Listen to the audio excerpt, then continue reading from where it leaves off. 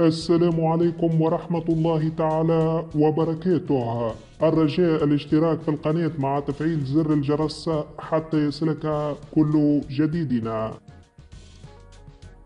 يواجه فريق الهلال نظيره فريق النصر على أرضية ملعب محمد بن زايد ضمن مباراة الدور النصف النهائي من كأس السوبر السعودي. والتقى الفريقان مرتين في كأس السوبر السعودي، الأولى عام 2015 وفاز الفريق الهلالي بهدف دون مقابل. أما المواجهة الثانية فشهدت فوز عريض للنصر على ملعب الملك فهد الدولي بنتيجة 3 أهداف دون مقابل عام 2020. وستقام مباراة الدور النصف النهائي بين الفريقين يوم الاثنين المقبل الموافق 8 من